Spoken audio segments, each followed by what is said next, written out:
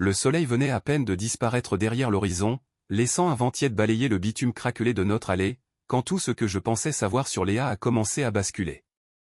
Je tenais entre mes mains une veste en jean que j'avais trouvée en boule sur le siège arrière de sa voiture, le col déchiré et les épaules délavées par le temps. Ce n'était définitivement pas la mienne. « C'est à qui, ça ?» ai-je demandé d'une voix basse mais ferme. Léa, qui se tenait à mi-chemin entre la voiture et la porte d'entrée de notre pavillon, s'est figée pendant une fraction de seconde, puis elle a esquissé ce sourire radieux et entraîné qui ne touchait plus vraiment ses yeux depuis quelque temps. « Oh, ça » dit-elle en replaçant une mèche de cheveux derrière son oreille, « c'est au frère de Mathilde, tu te souviens ? Je t'avais dit que je l'avais déposé il y a quelques jours après ce dîner d'anniversaire. Je l'ai fixé sans ciller, tu m'avais dit que c'était Mathilde qui l'avait ramené. » Mes yeux ne quittaient pas les siens, et elle ne bougeait pas non plus. Elle a cligné des paupières rapidement, puis a laissé échapper un petit rire nerveux. « C'est vrai, c'est vrai. Ce que je voulais dire, c'est que j'avais proposé de le ramener, mais elle a fini par le faire. Ça doit dater d'une autre fois, j'avais complètement oublié que c'était là. » Je me suis approché, lui tendant la veste comme si elle risquait de me mordre, ça n'a pas l'air d'un vêtement oublié, on dirait qu'on vit dedans, il y a même des emballages de chewing-gum dans les poches, Léa. Ses mâchoires se sont crispées, je le voyais à sa posture, ses épaules étaient raides et son pied tapotait légèrement le sol. Elle faisait des efforts surhumains pour garder une expression neutre, comme si elle lisait un prompteur invisible. « Je ne sais pas ce que tu veux que je te dise, Julien, finit-elle par lâcher, c'est juste une veste. Mais pas la mienne, ni la tienne, ni celle de quelqu'un que j'ai déjà vu chez nous, ai-je rétorqué. Elle a détourné le regard, non pas vers moi, mais vers la rue, cherchant une échappatoire. Je l'observais attentivement, mes doigts se serrant sur le tissu. « Est-ce que tu vas me regarder dans les yeux et me dire qu'il ne se passe rien ?» Léa a fini par croiser mon regard, mais ses yeux étaient froids, protégés par des boucliers invisibles. « Tu te fais des films, demande à Mathilde si tu ne me crois pas. » J'ai acquiescé lentement, c'est peut-être ce que je vais faire. Elle a ricané en croisant les bras, « Mon Dieu, Julien, est-ce que tu es obligé de transformer chaque détail en interrogatoire policier ?» J'ai reculé d'un pas en hochant la tête, pas chaque détail, seulement ceux qui puent le mensonge. Cette phrase l'a touchée plus durement que je ne l'aurais cru. Son visage a tressailli un instant, comme si elle hésitait entre passer aux aveux ou s'enfoncer davantage dans le déni, mais elle a fini par passer devant moi pour entrer dans la maison sans un mot de plus. Je suis resté là, dans l'allée, la veste à la main, le cœur cognant contre mes côtes. Je n'avais pas crié, je ne l'avais pas accusé ouvertement, mais mes tripes savaient que quelque chose ne tournait pas rond, et le pire, c'est qu'elle savait que je le savais.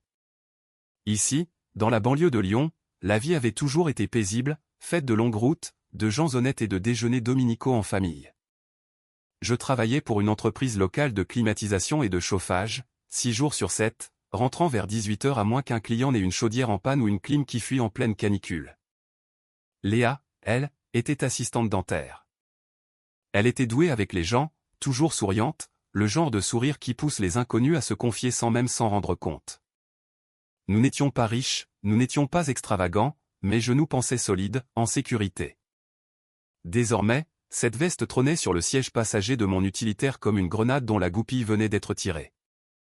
Le lendemain soir, je suis rentré et j'ai été accueilli par les notes de Miles Davis qui flottaient dans l'air, des bougies vacillantes sur la table de la salle à manger et l'odeur incomparable d'un plat onéreux rôtissant au four. Léa est sortie de la cuisine dans une robe rouge foncée qu'elle n'avait pas portée depuis 2 ans, les cheveux bouclés et le maquillage impeccable. Elle en faisait trop. « Waouh !» ai-je dit en entrant, « j'ai raté un anniversaire ?» Elle a ri, un rire léger qui a glissé sur moi, pas d'occasion spéciale, je voulais juste faire quelque chose de sympa, tu as tellement travaillé ces derniers temps. Elle s'est approchée pour m'embrasser sur la joue, et je l'ai laissé faire. Confit de canard, ajouta-t-elle fièrement en soulevant le couvercle d'une cocotte en fonte contenant des pommes de terre à l'ail et des haricots verts, ton préféré, non ? Je n'ai pas répondu. Je n'avais pas mangé ce plat depuis notre 4e anniversaire de mariage. À l'époque, c'était romantique, cette fois-ci, ça avait le goût d'une corruption. Nous nous sommes assis, elle a versé 2 verres de Saint-Émilion et a porté un toast à la détente. J'ai trinqué par habitude, puis je l'ai observé par-dessus le bord de mon verre pendant que je buvais. Ses yeux fuyaient sans cesse vers les bougies, le plafond, la chaise vide en face de nous, n'importe où sauf vers moi. Journée difficile au bureau, demanda-t-elle en prenant sa serviette pour la plier soigneusement sur ses genoux. J'ai haussé les épaules, classique, rien qui mérite d'en parler. Elle a hoché la tête trop rapidement en buvant une longue gorgée de vin. Mathilde m'a envoyé un message aujourd'hui, elle dit qu'elle passera peut-être ce week-end, elle a été tellement occupée par son travail. J'ai haussé les sourcils. Ah, Mathilde. Rappelle-moi, il fait quoi son frère déjà? Léa a cligné des yeux, hein? Son frère, celui dont la veste était dans ta voiture. Il travaille dans quoi? Elle s'est interrompue au milieu de sa découpe, le couteau enfoncé à moitié dans la cuisse de canard. Il est dans l'informatique je crois, il voyage beaucoup de toute façon, je ne suis pas vraiment au courant. Je l'ai simplement fixé, intéressant, ai-je fini par dire, parce que quand j'ai appelé Mathilde plus tôt aujourd'hui pour lui poser la question sur la veste, elle m'a dit que son frère vivait à Bordeaux depuis 1 an et qu'il n'avait même plus de voiture. La fourchette de Léa a claqué sur son assiette. Sa bouche s'est entr'ouverte, mais aucun mot n'est sorti, juste un léger soupir. « Tu as appelé Mathilde ?» demanda-t-elle d'une voix ténue. J'ai hoché la tête lentement, j'ai pensé qu'il valait mieux s'adresser directement à la source. Il y eut un silence pesant où l'on n'entendait plus que le gémissement lointain de la trompette de jazz. Elle a repris son verre de vin, les doigts tremblants, elle a du mal comprendre, ou alors je me suis trompé de date, je ne sais pas, la semaine a été folle. Je n'ai rien dit, je me suis contenté de faire tourner mon vin dans le verre, observant les traînées rouges couler comme des fils qui se dénouent. Elle a souri à nouveau, un sourire forcé, en plastique. Tu penses que je te mens? Je pense, ai-je dit avec précaution, que tu fais énormément d'efforts pour me convaincre de quelque chose. Léa a ri encore une fois, plus fort, trop fort. Oh, allez Julien. C'est juste un dîner, tu transformes ça en mystère alors qu'il n'y a rien. Une femme ne peut pas cuisiner pour son mari sans subir un interrogatoire? Je me suis adossé à ma chaise, ce n'est pas le dîner le problème, c'est la mise en scène. Elle s'est figée, et son expression a changé pendant une fraction de seconde, son sourire a vacillé comme une mauvaise connexion, et en dessous, j'ai entrevu autre chose, de la peur, ou peut-être de la culpabilité. Mais elle a balayé cela d'un revers de main. Très bien, dit-elle en se levant, si tu veux croire qu'il s'est passé quelque chose, crois-le. J'ai essayé de rendre cette soirée spéciale et tout ce que tu fais, c'est me traiter comme si j'étais au tribunal. Elle a attrapé son verre et s'est dirigée vers le plan de travail, me tournant le dos. J'en ai marre de me sentir surveillée dans ma propre maison, marmonna-t-elle. Et moi, j'en ai marre de me sentir comme un étranger dans la mienne, ai-je répondu. Cette phrase est restée suspendue entre nous, lourde et définitive. Aucun de nous n'a bougé, les bougies dansaient en silence. Je n'ai pas insisté, pas ce soir-là. Si elle cachait quelque chose, elle allait le protéger comme si sa vie en dépendait, mais les fissures commençaient à apparaître. Ses yeux en disaient bien plus que ses paroles, et à ce moment-là, assis à cette table qui autrefois représentait le réconfort, j'ai réalisé que je dînais déjà avec un fantôme. Le message est arrivé alors que je réparais un condensateur défectueux à la périphérie de la ville. Mon téléphone a vibré 2 fois dans ma poche, sous des couches de sueur et de poussière. Le message venait de Mathilde. « Julien, sors avec moi ce soir. » J'ai fixé l'écran comme s'il avait été envoyé au mauvais destinataire. J'ai essuyé mes mains sur un chiffon, je me suis appuyé contre le flanc du camion et j'ai répondu « Moi ?» Quoi? 3 petits points ont clignoté, puis la réponse est tombée, brisant quelque chose de profond en moi. « Julien, ta femme sort déjà avec mon frère, alors oublie-la. » Ma vision s'est troublée, pendant un instant je n'entendais plus les cigales, je ne sentais plus l'odeur de l'huile moteur ni la chaleur sur ma nuque, juste ces mots simples et mortels. Mathilde n'était pas du genre à jouer à des jeux, elle était la meilleure amie de Léa, elle était là à notre dîner de fiançailles, elle avait porté un toast à notre mariage, elle avait tenu la main de Léa à l'enterrement de son père. Elle était sur toutes les photos, dans toutes les discussions de groupe. Pourquoi aurait-elle envoyé ça si ce n'était pas la vérité? Je n'ai pas répondu, je suis monté dans mon camion, j'ai mis le contact et j'ai foncé chez Mathilde. À 10 minutes de la ville, une petite maison de ville ombragée par des arbres et dotée d'un charme ancien. Elle a ouvert la porte avant même que je ne frappe, comme si elle m'attendait. « Salut », dit-elle doucement. Elle semblait différente sans maquillage, plus réelle, fatiguée. Je suis entré sans dire grand-chose, et elle n'a pas essayé de combler le silence. Nous avons traversé le couloir étroit, passant devant une galerie de vieux polaroïdes au mur, Léa et Mathilde dans des robes d'été assorties, Léa assise sur mes genoux lors d'un barbecue, moi et Mathilde tenant des cierges magiques comme si nous avions le monde entier entre nos mains. Rien de tout cela ne semblait plus vrai désormais. Mathilde a désigné la salle de bain, tu devrais voir par toi-même. Je n'ai pas demandé ce qu'elle voulait dire, je suis entré, j'ai allumé la lumière et elle était là, l'alliance de Léa, posée seule sur le rebord du lavabo en porcelaine, comme si elle n'avait aucune valeur. Le diamant pour lequel elle m'avait supplié d'économiser, celui que j'avais gardé dans ma main pendant 2 semaines avant de trouver le courage de faire ma demande, celui qui avait survécu à nos saisons les plus difficiles. Maintenant, elle était juste là, oubliée. Je suis resté immobile à la fixer, mes mains ne bougeaient pas, ma poitrine était serrée. Mathilde a parlé derrière moi, elle l'a laissée là après leur 3e rendez-vous. Je lui ai dit de venir la chercher, elle ne l'a pas fait, elle a dit qu'elle ne voulait pas avoir à t'expliquer pourquoi elle ne l'avait plus au doigt. Je me suis tourné lentement vers elle, pourquoi tu me dis ça? Elle a soutenu mon regard, parce que j'ai cru en Léa, je pensais que vous aviez le genre de mariage qui rend les gens honnêtes.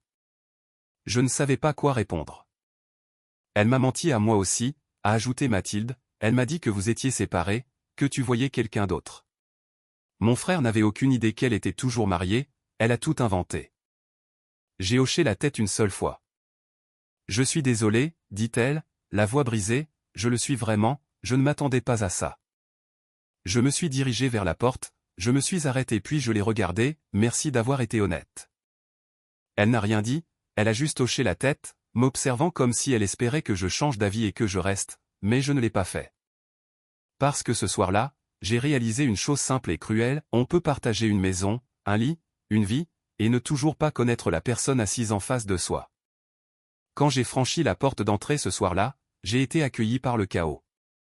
Les tiroirs étaient à moitié ouverts, les portes des placards béantes, des cintres éparpillés comme des os brisés sur le sol de la chambre. Léa était à genoux près de la commode, fouillant dans sa boîte à bijoux avec la panique de quelqu'un qui essaie de remonter le temps. Elle ne m'a pas entendu au début, pas avant que je fasse quelques pas lents à l'intérieur et que je pose mes clés sur le comptoir avec un cliquetis délibéré. Elle a sursauté comme si elle avait été prise en flagrant délit de vol. « Oh, tu es rentré tôt », dit-elle d'une voix essoufflée, les cheveux en bataille et les joues rouges. J'ai perdu quelque chose, je cherche partout, est-ce que tu as vu ma... Je l'ai brandi. Sa bague de fiançailles brillait d'un éclat froid sous la lumière du couloir, posée au centre de ma paume comme un verdict. Léa s'est figée, les yeux fixés sur le bijou comme s'il allait l'accuser à haute voix. Mathilde m'a tout dit, ai-je dit calmement, plus d'histoire. Il y eut un silence de plomb, seulement troublé par sa respiration courte, puis elle a redressé le dos et croisé les bras. Et alors? Tu es là pour me faire la morale? Je n'ai pas scié, je suis là pour en finir. Elle a ricané et s'est détournée, faisant les 100 pas dans la pièce comme un animal en cage. Tu es dramatique, tu ne connais pas toute l'histoire. Tu voyais quelqu'un dans mon dos, ai-je coupé, tu lui as dit que nous étions séparés, tu as laissé ta bague chez sa sœur et tu n'as même pas pris la peine de la récupérer. Elle s'est retournée brusquement, tu crois que j'ai fait exprès de la laisser? J'ai oublié, Julien, les gens oublient des choses. J'ai fait un pas en avant, la voix calme mais plus tranchante, tu as oublié ton alliance, mais tu t'es souvenu de mentir.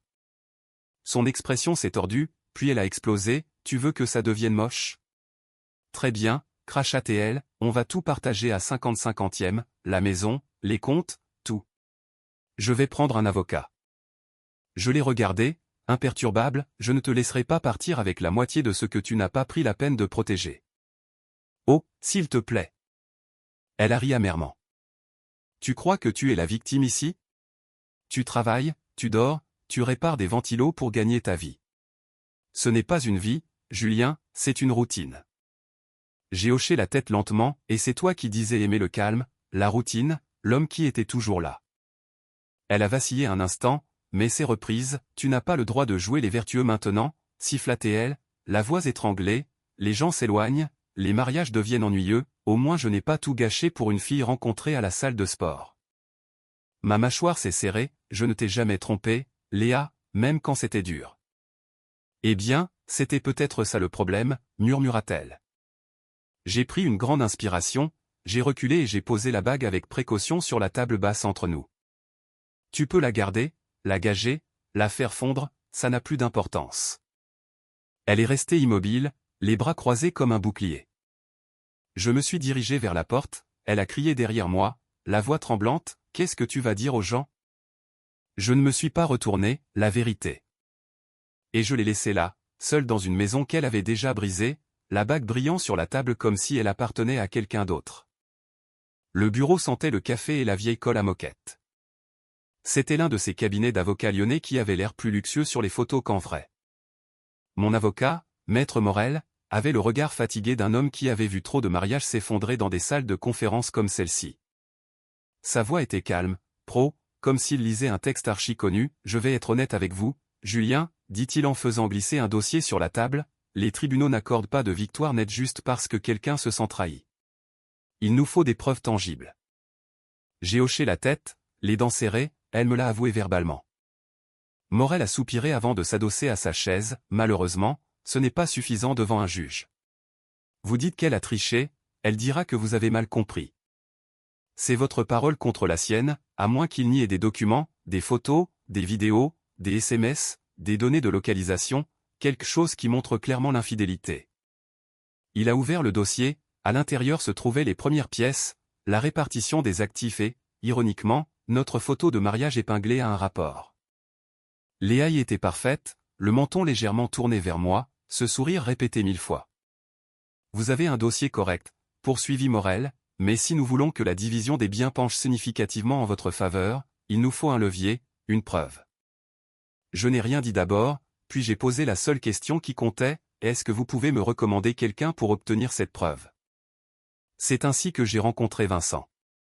Vincent n'était pas élégant ou charmant comme on pourrait s'y attendre, il portait la même paire de chaussures noires usées chaque jour et mâchouillait des cure-dents comme s'il s'entraînait pour une compétition, mais il obtenait des résultats. Il a suivi Léa pendant 7 jours, photographié ses visites chez sa mère, noté son itinéraire pour aller au travail. Il l'a prise en photo sortant d'un magasin bio et d'un cours de yoga où elle n'était pas allée depuis plus d'1 an. Beaucoup de mouvements, beaucoup de courses en solo, mais rien de compromettant. Le rapport de Vincent a atterri sur ma table de cuisine une semaine plus tard dans une enveloppe Kraft qui semblait plus lourde qu'elle ne l'était. J'ai lu chaque page 2 fois, rien. Pas de rendez-vous nocturne, pas de voiture mystérieuse garée chez elle, pas de chambre d'hôtel, pas de photo floue d'elle embrassant un type dans l'ombre. Juste des courses, des provisions, du silence. J'ai lâché l'enveloppe sur le comptoir et je me suis frotté le visage des 2 mains. Elle avait fait le ménage. Cette confrontation dans la chambre avec sa bague dans ma main lui avait donné l'alerte nécessaire. Elle s'était rétractée, s'était verrouillée, avait effacé ses traces. Je suis resté assis là pendant un long moment, pas de télé, pas de musique, juste le ronronnement du frigo et le battement sourd du ventilateur de plafond.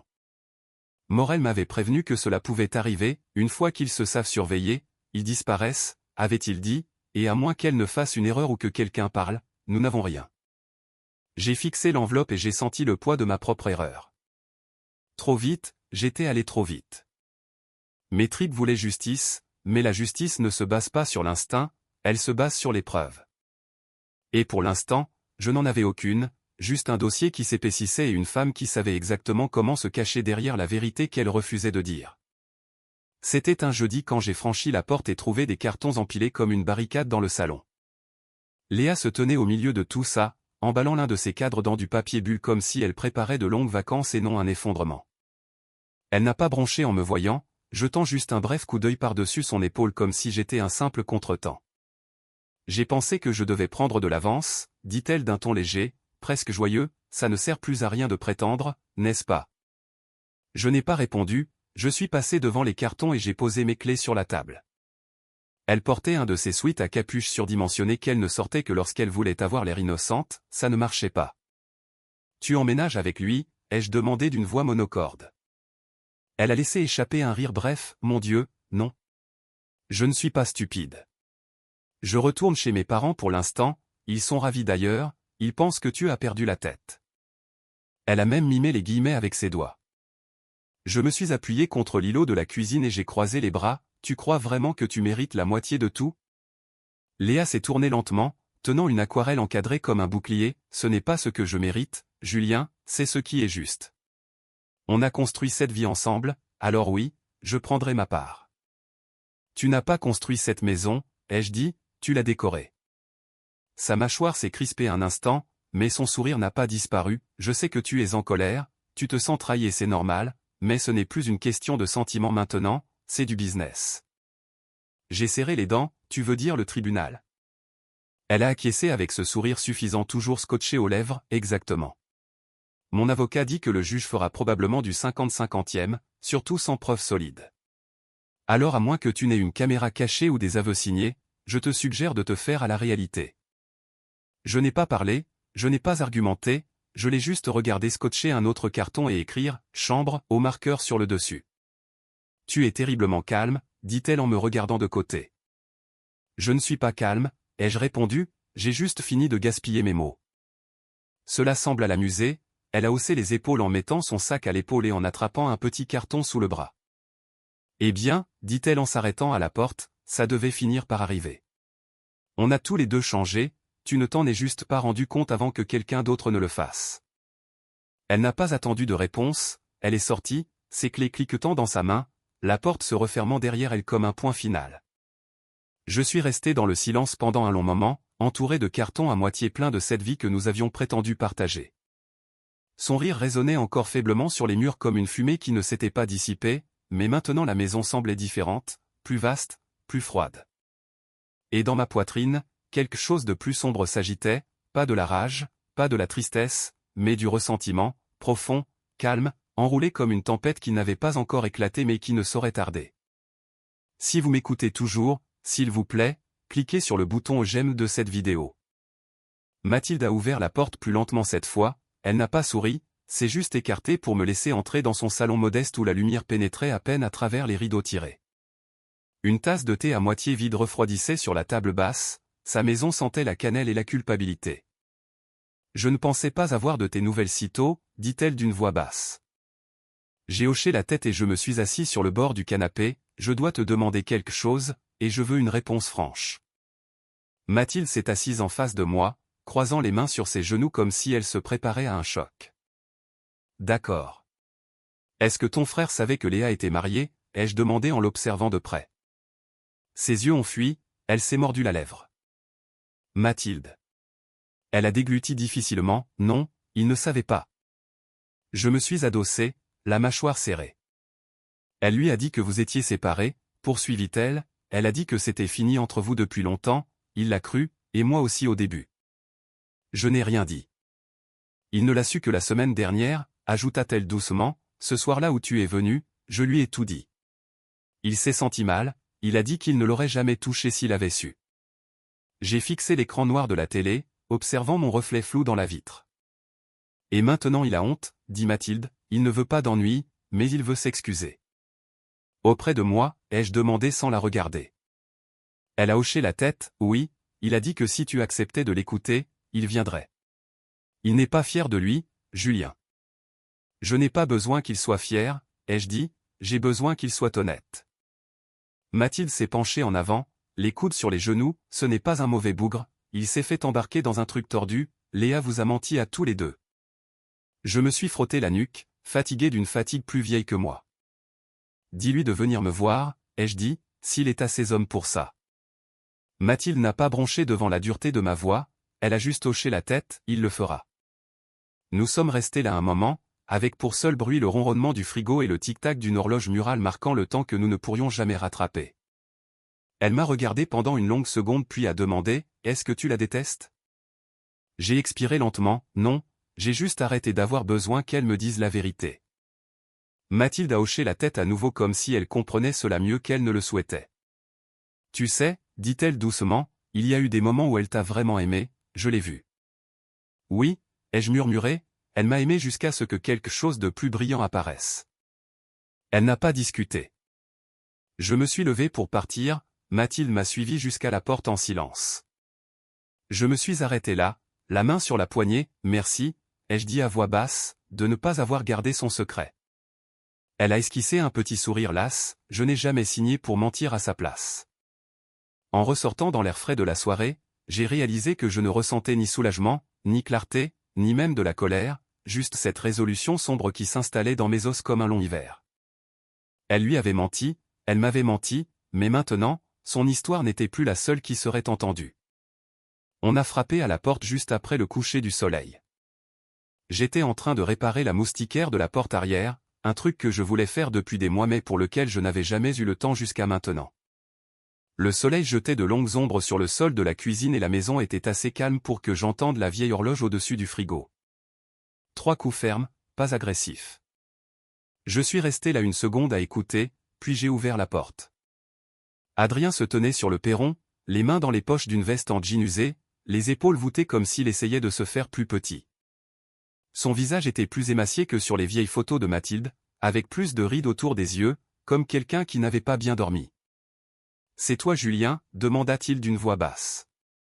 Je n'ai pas répondu tout de suite, j'ai juste ouvert la porte plus grand et fait un signe vers le salon, « Entre ». Il est entré et a regardé autour de lui comme s'il n'était pas à sa place, comme si les murs allaient se refermer sur lui s'il restait immobile trop longtemps. « Mathilde m'a dit que tu voulais peut-être me parler » dit-il en restant près de l'entrée. Je ne lui ai pas proposé de s'asseoir, il n'a pas demandé. Elle a aussi dit que Léa t'avait dit que nous étions séparés, ai-je dit. Adrien hocha lentement la tête, ouais, c'est ce qu'elle a dit la première fois que je l'ai rencontrée. C'était où? Dans un club à Lyon, un de ces bars en rooftop avec de la musique forte et des verres hors de prix. Il a laissé échapper un rire nerveux. Elle était sûre d'elle, elle disait qu'elle en avait fini avec son ex, qu'elle voulait juste se sentir revivre. Je n'ai pas bronché, elle portait une alliance? Il a secoué la tête, non, j'ai vérifié. Je vérifie toujours et elle n'a jamais mentionné de mari, pas une seule fois, répondit Adrien, je ne l'aurais pas touché si j'avais su, j'ai pris des décisions stupides dans ma vie mais je ne franchis pas ce genre de ligne. J'ai croisé les bras en m'appuyant contre le mur, ça a duré combien de temps? Le visage d'Adrien est devenu rouge, on s'est vu quelques fois, rien de sérieux. Mais quand j'ai appris, quand Mathilde me l'a dit. Crois-moi mec, j'étais dégoûté. Je l'ai fixé, pesant le poids de ses paroles. Tu sais qu'elle essaie de me prendre la moitié de tout ce que j'ai, ai-je dit. J'ai entendu ça, dit-il d'une voix basse, je suis désolé, vraiment. Si j'avais su, je te jure que j'aurais fait demi-tour à la seconde où elle aurait ouvert la bouche. Je l'ai regardé droit dans les yeux, alors tu vas devoir dire ça officiellement. Son front s'est plissé, tu veux dire au tribunal? Oui, ai-je dit calmement, j'ai besoin que tu montes à la barre et que tu dises au juge exactement ce que tu viens de me dire. Qu'elle a menti, qu'elle a dit que nous étions séparés, qu'elle ne portait pas d'alliance, qu'elle a tout manigancé. Adrien a reculé d'un pas comme si le poids de la demande venait de lui tomber sur la poitrine. Tu es sûr que c'est le chemin que tu veux prendre, demanda-t-il, ça va devenir moche. C'est déjà moche, ai-je répondu, la seule différence maintenant, c'est de savoir quelle version de la vérité sera crue. Il s'est frotté la nuque, a regardé vers la porte comme s'il avait envie de s'enfuir, mais il a fini par croiser mon regard, plus assuré cette fois, je le ferai. Si ça peut t'aider à réparer les choses, je témoignerai. J'ai hoché la tête une fois, pas de poignée de main, pas de merci, juste un accord tacite entre deux hommes qui avaient été brûlés par le même mensonge. Adrien s'est tourné pour partir, mais s'est arrêté à la porte, tu l'aimais vraiment, hein? Je n'ai pas répondu tout de suite, puis j'ai dit, assez pour lui donner tout ce que j'étais, et plus qu'assez pour me battre pour ce qu'il me reste. Il a fait un petit signe de tête et est sorti dans la nuit. J'ai refermé la porte derrière lui et je suis resté là un moment, laissant le calme revenir. La moustiquaire avait toujours besoin d'être réparée, le toit fuyait toujours, mais maintenant j'avais quelque chose de plus fort que des soupçons, j'avais une preuve. La salle d'audience sentait l'encaustique au citron et la pression. Des sols cirés, de hauts plafonds, ces bancs en bois rigides qui grinçaient dès que quelqu'un respirait trop fort. J'étais assis à la table du demandeur, la mâchoire serrée, les mains jointes devant moi. Adrien était assis à côté de moi dans une chemise repassée qui ne lui allait pas tout à fait, son genou tremblait nerveusement. Je ne lui avais pas demandé de bien s'habiller, il l'avait fait de lui-même. Léa était de l'autre côté de la pièce dans un tailleur gris anthracite qu'elle avait probablement choisi pour inspirer la sympathie. Son maquillage était plus léger que d'habitude, presque inexistant, comme si elle voulait paraître plus douce, honnête, pure. Son avocat, un homme grand avec une coiffure trop parfaite pour être honnête, lui a chuchoté quelque chose à l'oreille. Elle a fait un léger signe de tête, mais ses yeux ne cessaient de se tourner vers moi, elle pensait toujours que je bluffais. La juge est entrée, Madame Lambert, le regard aiguisé et peu sentimental. Elle ressemblait à quelqu'un qui avait vu toutes les misères humaines et qui se moquait bien de la façon dont elles étaient emballées. Quand elle a ouvert la séance, l'avocat de Léa a commencé en premier, peignant un récit doucereux de distance émotionnelle, de dérive mutuelle et d'une femme qui voulait simplement la paix après des années de silence. Elle était délaissée, dit-il d'une voix suave, elle a essayé de maintenir le mariage, mais la déconnexion émotionnelle est devenue insupportable. Je n'ai pas bronché. Puis Maître Morel s'est levé, calme et clair, cette affaire n'est pas une question de délaissement, c'est une affaire de trahison. Une épouse qui prend des décisions en secret avec un autre homme alors qu'elle est mariée et qui ment aux deux. Il s'est tourné vers la barre, nous aimerions appeler Adrien Phillips à témoigner. Tout le corps de Léa s'est rigidifié. Son avocat s'est à moitié levé, prêt à objecter, mais un regard de la juge l'a fait se rasseoir. Adrien a marché vers la barre lentement, comme si l'air s'était épaissi. Il a ajusté le micro avec des doigts tremblants, s'est raclé la gorge et a regardé droit vers la juge. Dites-nous comment vous avez rencontré Léa, commença Morel. La voix d'Adrien était faible au début, dans un bar en terrasse en ville, je ne connaissais pas son nom de famille alors, juste Léa. Portait-elle une alliance, demanda Morel. Non. A-t-elle mentionné qu'elle était mariée? Non, dit Adrien plus fermement cette fois, elle a dit qu'elle venait de sortir d'une relation, que son ex vivait toujours dans la maison mais que c'était fini. Morel hocha la tête, et quand avez-vous découvert qu'elle mentait? Quand son amie, ma sœur, m'a dit la vérité. Qu'elle était toujours mariée et que Julien n'avait aucune idée qu'elle voyait quelqu'un. Morel s'est tourné vers la juge, pas d'autres questions. L'avocat de Léa n'a même pas pris la peine de faire un contre-interrogatoire, il a juste griffonné quelque chose et l'a passé à sa cliente. Elle refusait de regarder Adrien alors qu'il redescendait. On pouvait sentir l'ambiance changer radicalement.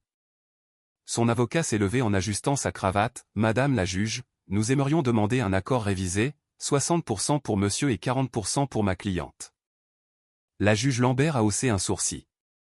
Il s'est raclé la gorge, je voulais dire 70/30. Morel s'est penché vers moi, on rejette? J'ai hoché la tête une fois, fermement, jusqu'au bout. Il s'est levé, nous rejetons l'offre, nous nous en remettons au jugement du tribunal. La juge Lambert a tapoté son stylo 2 fois contre le dossier, elle a regardé Léa, puis moi, puis le témoignage sous serment d'Adrien. Sa voix était nette, sans hésitation, ce tribunal conclut que madame a entretenu une relation extra-conjugale tout en étant activement mariée, sous de faux prétextes. Ces actions, aggravées par la tromperie, constituent une rupture de la confiance conjugale ayant des conséquences financières. Les doigts de Léa agrippaient le bord de la table. En raison de l'infidélité prouvée, continua la juge, le patrimoine matrimonial ne sera pas divisé de manière égale. Tous les biens physiques et actifs sont attribués à monsieur. Madame n'a droit qu'à ses effets personnels et devra quitter la résidence principale sous 30 jours. Le silence s'est abattu sur la salle comme un coup de tonnerre. Le visage de Léa est devenu livide, pas de larmes, juste le choc. Elle a ouvert la bouche pour parler, mais la juge était déjà passée à autre chose, l'audience est levée. Le marteau a claqué une fois, finale. Adrien a expiré comme s'il avait retenu son souffle pendant tout ce temps. Morel s'est tourné vers moi avec un signe de tête discret, vous avez tout gagné. Mais je n'ai pas souri, je n'ai pas crié victoire, j'ai juste regardé Léa qui restait parfaitement immobile, vaincue mais trop fière pour le montrer. Elle m'a lancé un dernier regard, les yeux brûlants de colère, mais le pouvoir qu'elle exerçait autrefois sur moi avait disparu, et c'était ça la vraie victoire. J'ai envoyé un message à Mathilde le lendemain matin, moi, un café, toi.